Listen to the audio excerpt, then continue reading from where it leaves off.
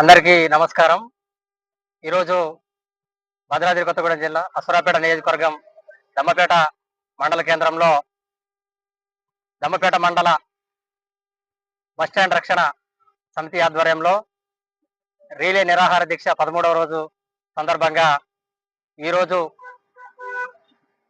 నిరాహార దీక్ష చేపట్టినటువంటి షేక్ వలీ గారికి, అదేవిధంగా ఎంఆర్పిఎస్ నాయకులు కాంతారావు గారికి, అదేవిధంగా రవి గారికి, అదేవిధంగా భారతీయ జనతా పార్టీ మండల కిసాన్ మోర్చా అధ్యక్షుడు సోదరుడు సోయ వెంకటేశ్వర గారికి, అదేవిధంగా తుడుందెబ్బ నాయకులు తంబల్ల రవి గారికి, సున్నం శ్రీనివాసరావు గారికి సంపూర్ణ మద్దతుగా అశ్వరాపేట నియోజకవర్గ ఆదివాసీ నాయకునిగా, అదేవిధంగా అశ్వరాపేట నియోజకవర్గ కాంగ్రెస్ పార్టీ నాయకుడిగా సంపూర్ణ మద్దతు ప్రకటించడం అనేటటువంటిది జరిగింది. అశ్వరాపేట నియోజకవర్గంలో దమ్మపేట మండల కేంద్రంలో మరి 13వ రోజు సాగుతున్నటువంటి రీలే నిరాహార దీక్ష మనం చూస్తా ఉన్నాము. మరి నిరావధికంగా దమ్మపేట మండల ప్రజల హక్కుగా మరి దమ్మపేట మండల కేంద్రంలో ఉన్నటువంటి బస్ స్టాండ్ కావాలి, పెట్రోల్ బంకు వద్దు అనేటటువంటి నినాదంతో మరి సత్తుపల్లి డిపో మేనేజర్ కు, అదేవిధంగా ఆర్టీసీ రీజనల్ మేనేజర్ ఖమ్మం వారికి, అదేవిధంగా ఇక్కడ ఉన్నటువంటి అధికార పార్టీకి సంబంధించినటువంటి కొంతమంది నాయకుల ప్రోద్బలంతో ఇక్కడగా ప్రజలకు తెలియకుండా నో అబ్జెక్షన్ సర్టిఫికేట్ ఎన్ఓసిని కూడా తీసుకొచ్చి ఈరోజు బస్టాండ్ ప్రాంతంలో బస్సులు నిలిపేటటువంటి ప్రాంతంలో మరి పెట్రోల్ బంకు నిర్మాణానికి పూనుకున్నటువంటి సందర్భం మనం నేడు చూస్తా ఉన్నాము. ఇది చాలా దుర్మార్గమైనటువంటి చర్య. మరి ఇది మండల ప్రధాన కేంద్రంలో ప్రయాణికులకు ఉపయోగపడేటటువంటి బస్టాండ్ పునర్నిర్మించాల్సినటువంటి ప్రజాప్రతినిధులు కావచ్చు, ఆర్టీసీ అధికారులు కావచ్చు, మొండి వైఖరిగా ఇక్కడ నిర్మిస్తూ ఉన్నటువంటి చిత్రాలను మనం చూస్తా ఉన్నాము. దీనిని మేము తీవ్రంగా కూడా ఖండిస్తా ఉన్నాము. ఇక్కడ ఏదైతే బస్టాండ్ ప్రాంగణంలో పెట్రోల్ బంక్ నిర్మిస్తా ఉన్నారో దీనిని వెంటనే నిలిపివేయాలనేటటువంటి విషయాన్ని మేము గట్టిగా చెప్తా ఉన్నాము.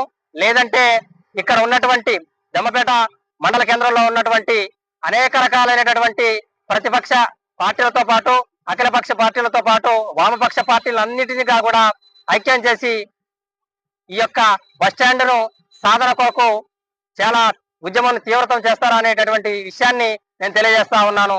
కాబట్టి అధికార పార్టీలో ఉన్నటువంటి ప్రజాప్రతినిధులు వెంటనే చొరవ తీసుకోవాలనేటటువంటి విషయాన్ని తెలియజేస్తూ, మరి తెలంగాణ రాష్ట్రంలో ప్రజాపాలనని అధికారంలోకి వచ్చినటువంటి కాంగ్రెస్ పార్టీ మరి ఆర్టీసీ ద్వారానే ప్రజలకు అనేక రకాలుగా ఉపయోగపడుతుంది అనేటటువంటి విషయాన్ని రాష్ట్ర ముఖ్యమంత్రి రేవంత్ రెడ్డి గారు చెప్తున్నటువంటి సందర్భంలో మరి దమ్మపేట మండల కేంద్రంలో ఉన్నటువంటి బస్టాండ్ను ఎందుకు నిర్లక్ష్యంగా వహిస్తా ఉన్నారు?